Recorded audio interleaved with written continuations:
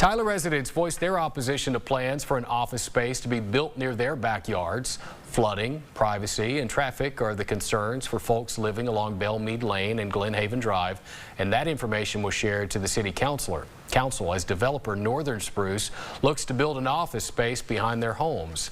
At Wednesday's City Council meeting, the city denied a zoning amendment to allow the site plans to move forward. I want to ask the City Council that no further development to that property be approved until the long-standing flooding issues downstream from the lot are addressed and have proven to be effective.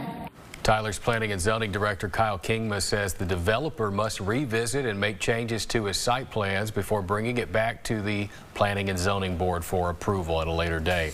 The Tyler City Council also adopted the plan that will guide the city's growth over the next 20 years.